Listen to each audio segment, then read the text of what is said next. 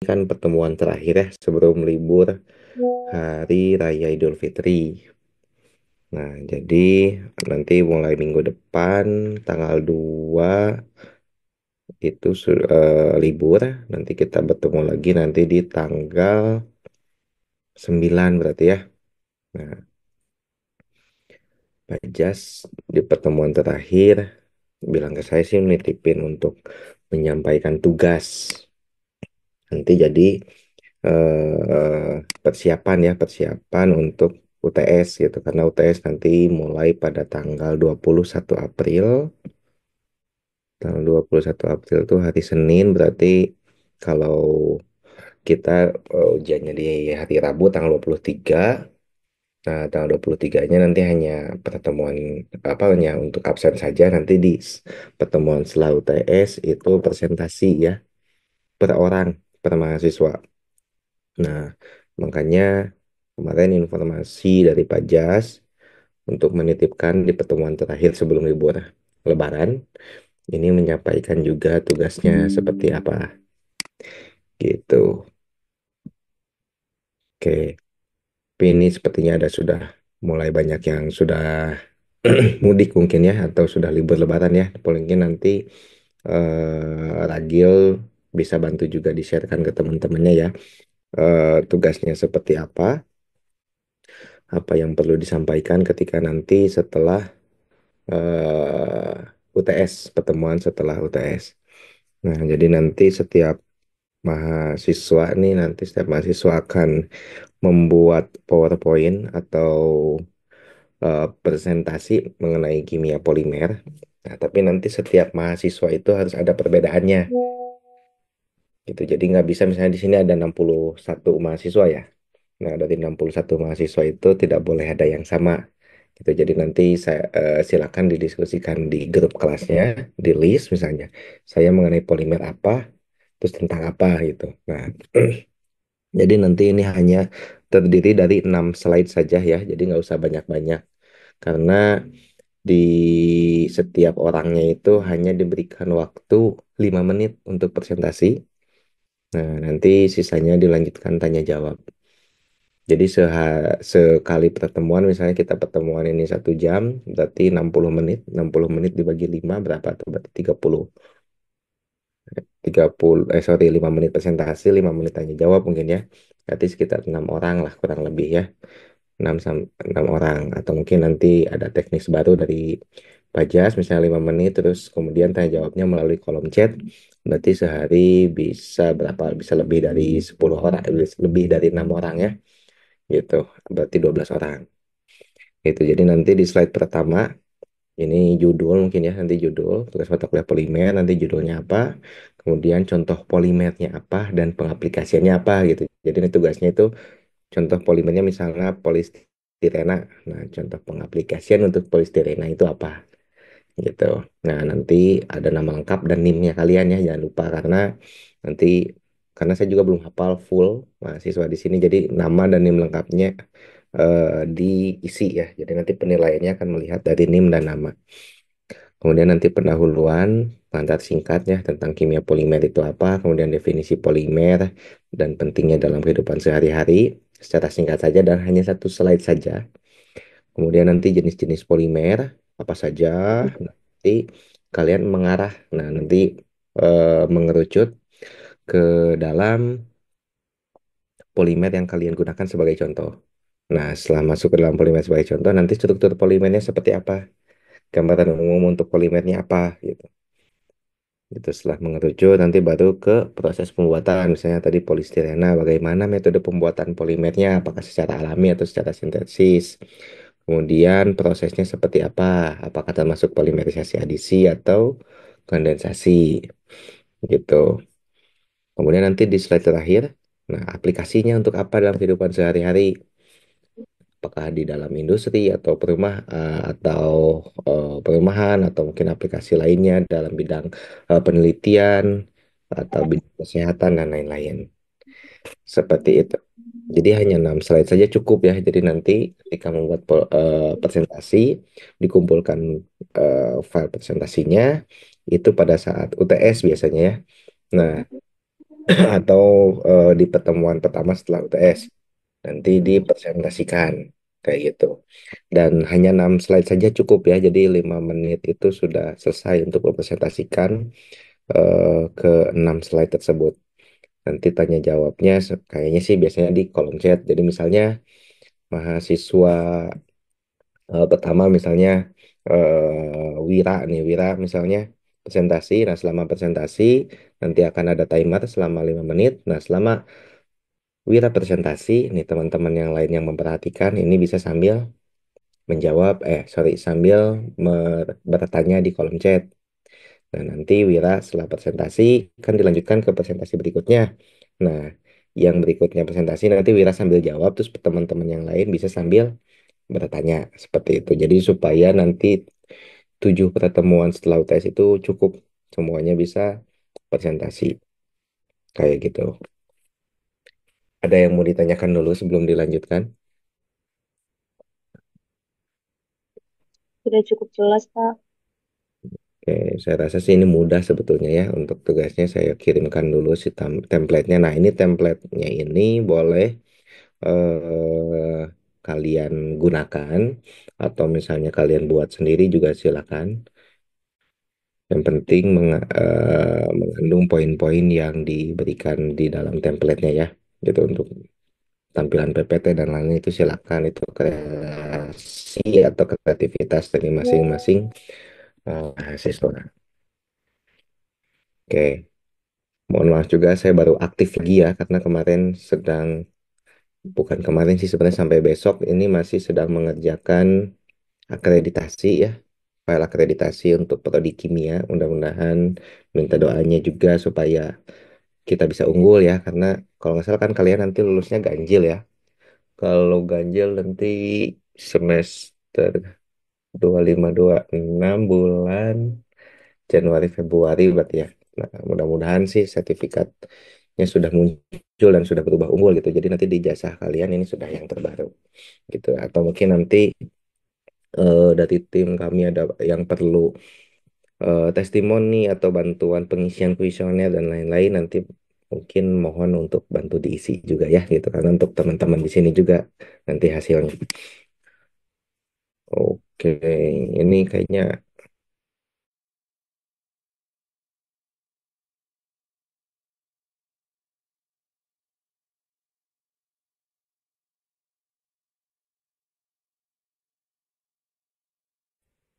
sama satu lagi ya kemarin terkait KP kayaknya ada beberapa yang ngechat saya belum saya bales.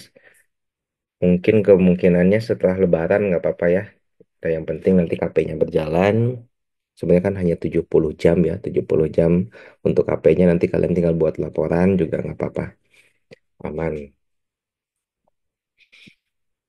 Ini saya udah kirimkan ke chat WA-nya Ragil ya. Karena di sini ternyata loadingnya lama ya. Ada yang mau ditanyakan dulu nggak terkait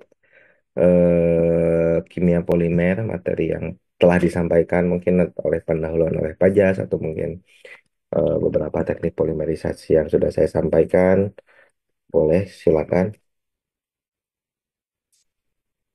Oh ya nanti teknisnya, teknisnya untuk urutan siapa dulu yang tampil ketika minggu pertama.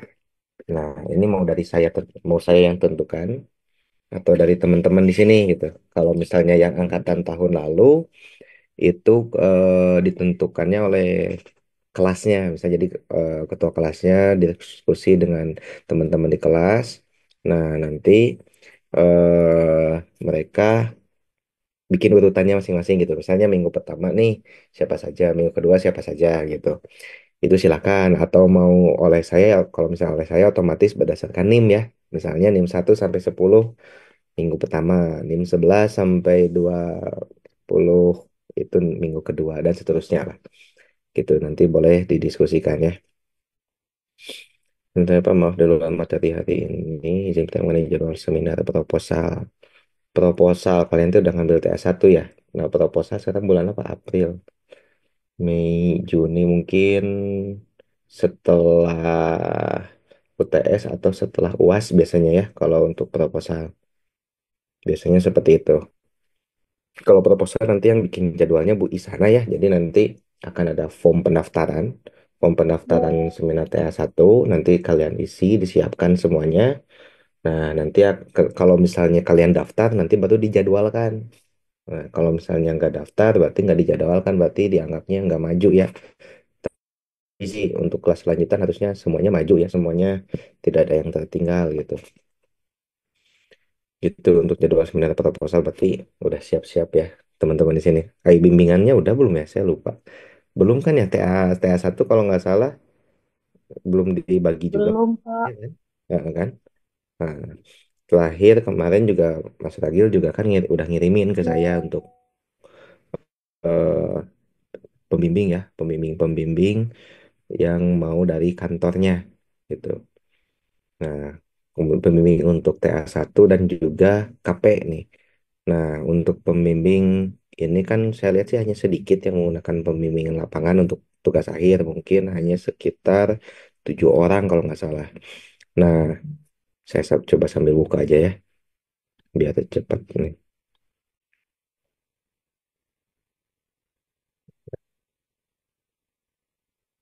Nah, ini ya pembimbing KP ini pembimbing TA. Nah, untuk pembimbing KP ini biasanya sih yang lainnya sudah otomatis diisi biasanya ya di tempat kantornya, tapi kalau nggak ada ya udah nggak apa-apa. Nah, untuk pembimbing lapangan kalau misalnya memang sudah fix, nah nanti saya coba ajukan SK-nya, SK pembimbingnya gitu. Jadi nanti pembagian pembimbingnya lebih cepat gitu. Atau ini udah selesai semuanya, udah pada isi belum? Kalau saya udah selesai ya udah sih tinggal diajukan langsung ini di jurusan. Atau masih ada perubahan? Kalau misalnya masih ada perubahan, misalnya nih sampai kapan perubahannya nanti di apa ditunggu lah gitu supaya sampai setelah Lebaran, benar-benar setelah Lebaran sudah fix ya. Jadi cepat untuk pembagian pembimbing utamanya sih, terutama. Oh, segera kami fixkan ya. Oke, boleh boleh. Ini kan baru berapa nih? Itu kan 8 kurangin ini berarti 7 orang baru yang isi kan. Mm.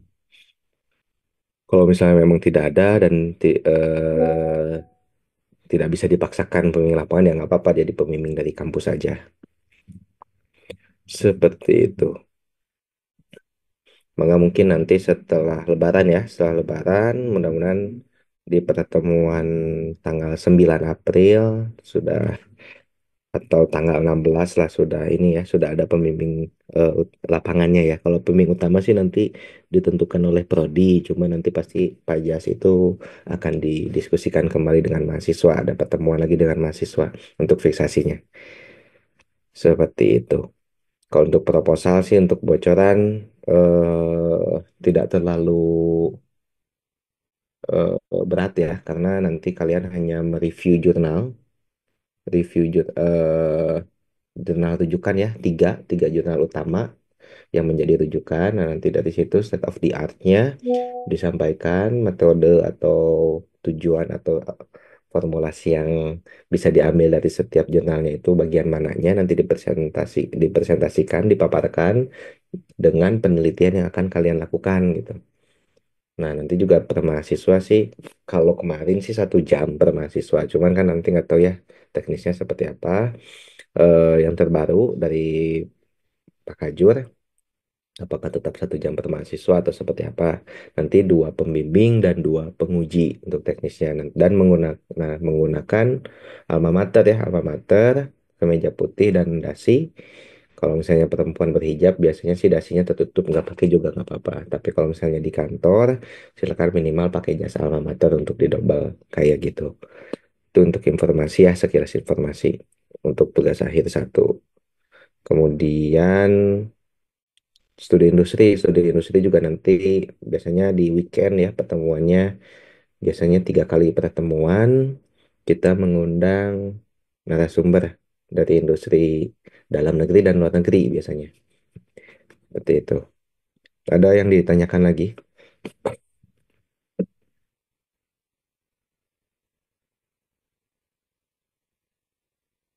KRS sudah semua ya, nggak ada yang tertinggal ya. Karena kasihan nih, karena baru kemarin ada satu mahasiswa dia nggak KRS, nggak bilang, nggak ngabarin. Jadi ketika lulus ya tertunda gitu.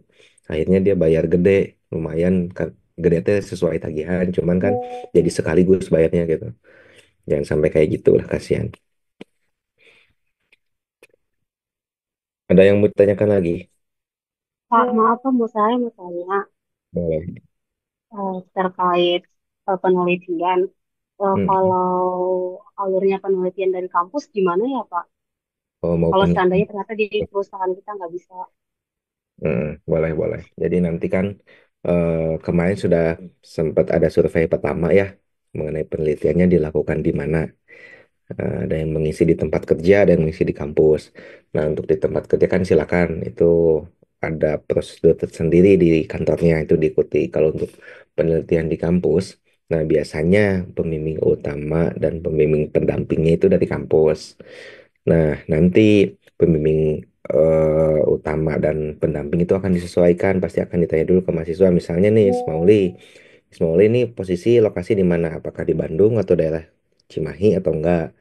Kalau misalnya di luar kota dan sangat tidak memungkinkan untuk melakukan penelitian langsung di kampus, nanti pembimbing juga akan disesuaikan gitu. Nih, Ismauli posisi di mana sekarang? Saya di Cikarang Pak. Nah, memungkinkan untuk penelitian langsung di kampus atau tidak? Tidak Pak.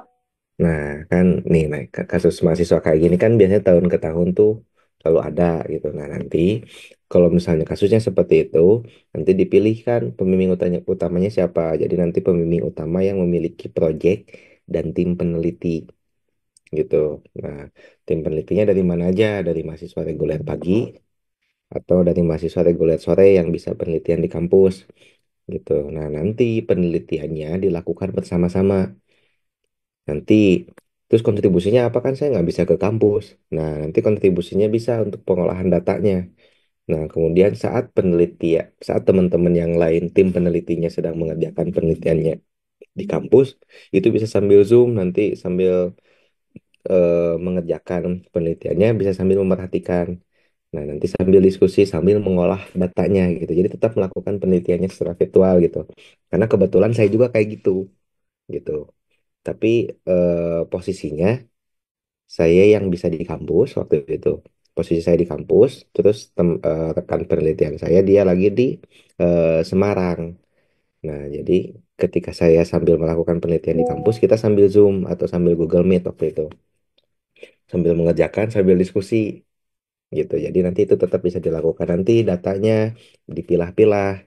Oh, ini data ini scope-nya sampai saya itu sampai sini. Nanti yang Ismaili sampai sini gitu. Nanti itu bisa diskusikan dengan tim penelitinya ya kayak gitu. Nah, makanya itu Pak Jas kemarin bilang kenapa bisa sampai 5-6 kali pertemuan untuk penentuan dosen pembimbing tuh ya kayak gitu karena kasus dari setiap mahasiswa atau case dari setiap mahasiswanya itu berbeda-beda gitu. Jadi bisa nanti, nah tahapnya gimana kalau udah dapat pembimbingnya, udah tahu ternyata ngerjainnya di kampus dan tidak bisa ke kampus.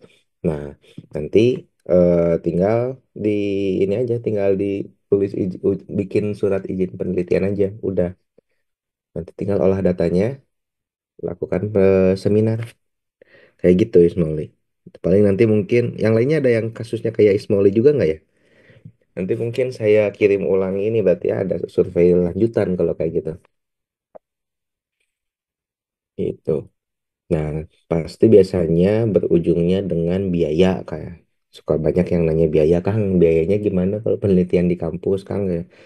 Nah, untuk biaya sebetulnya penelitian itu kan tidak masuk SKS ya, tapi ada biaya TA1 dan ada biaya TA1 ya kalau misalnya kalian lihat di tagihan TA1 ada biayanya, TA2 juga nanti ada biayanya, tapi bukan biaya SKS ya.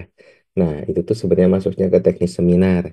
Itu bukan ke penelitian. Jadi kalau misalnya nanti ketika penelitian kalian menggunakan bahannya itu misalnya tersedianya dari lab atau misalnya dari tim peneliti harus beli, yaitu silakan bisa didiskusikan dengan tim penelitinya atau dosen pembimbingnya.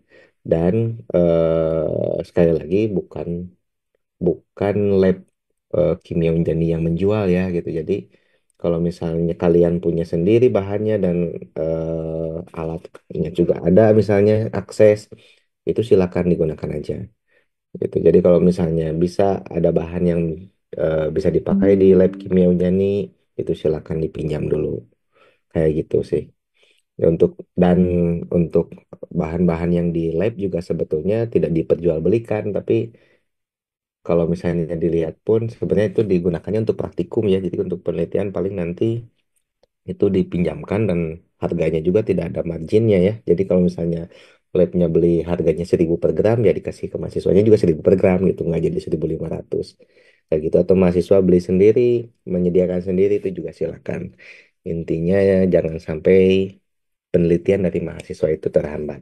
Atau misalnya di kantornya, di kantor temennya, atau misalnya temannya bisa ngasih gitu kan, terus dipakai di lab kita, ya itu silakan sih, gitu. Nah, kalau misalnya nanti kalian dapat pembimbingnya punya project, punya hibah, punya hibah penelitian dari kementerian atau dari Unjani atau dari manapun, nah biasanya suka ada subsidi ya dari dosen pembimbing untuk bahan mah gitu. Misalnya kalian habis bahan 300.000, habis bahan 500.000. Nah, kalau misalnya dosennya punya hibah sih biasanya di cover oleh dosen. Tapi di awal itu silakan sudah dibicarakan, sudah didiskusikan kayak gitu.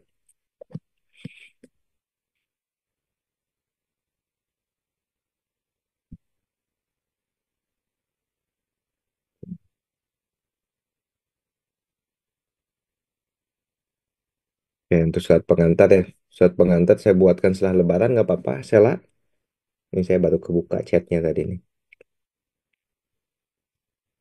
Halo, saya belum lihat juga di tanggal-tanggal KP-nya tanggal berapa. Kalau setelah Lebaran nggak apa-apa, saya buatkan ya. Karena kebetulan di Unjaninya udah libur per hari ini, sebetulnya hari ini dan besok itu sudah dikembalikan ke unit kerja masing-masing. Kalau edaran dari Unjaninya itu sudah diliburkan. Saya udah ngajuinnya sih buat tanggal 7 sih Pak untuk KP di tujuh perusahaan tujuh apa? April. 7 April. Nah, 7 April ya, bentar. Unyan itu baru buka lagi tanggal 8. Kalau misalnya nih kan majunya tanggal 7, nanti saya buatkan tanggal 8 atau tanggal 9, tapi nanti di isi suratnya saya mundurkan gitu jadi tanggal 9 atau tanggal 10 gitu. Nggak apa-apa nggak, Sela? Iya boleh Pak. Oke, nggak apa-apa. Yang penting sih minimal 70 jam ya. 70 jam sebenarnya kalau dikonversiin juga ke misalnya sehari 8 jam itu sekitar 2 minggu sebetulnya mah. Ya kan, sehari misalnya 8 kali 5 kan 40 jam. Nah, 40 jam tuh kali 5 hari ya. Nah, kalau misalnya 10 hari kerja kan udah 80 jam tuh, udah lebih dari 70 jam. Kan data KP-nya udah ada modelnya. Salah di tempat kerjanya bukan.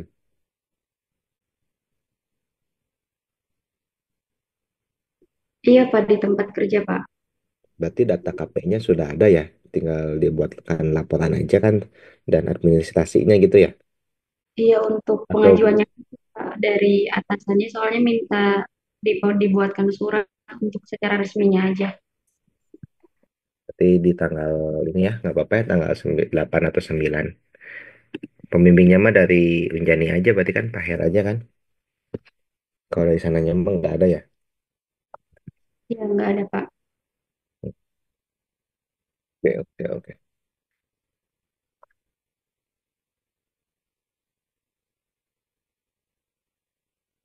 Oke, kalau misalnya tidak ada yang ditanyakan lagi, dipersiapkan saja untuk tugasnya tadi.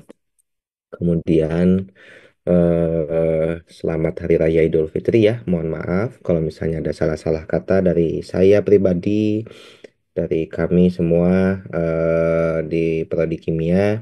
Kami ucapkan mohon maaf dan terima kasih juga untuk teman-teman yang masih bisa mengikuti perkuliahan semua mata kuliah yang ada di Kimia Anjani ya. Mudah-mudahan dilancarkan semua urusannya sampai nanti bertemu lagi kita setelah Lebaran. Assalamualaikum warahmatullahi wabarakatuh. Waalaikumsalam warahmatullahi wabarakatuh. warahmatullahi wabarakatuh. Terima kasih, Pak.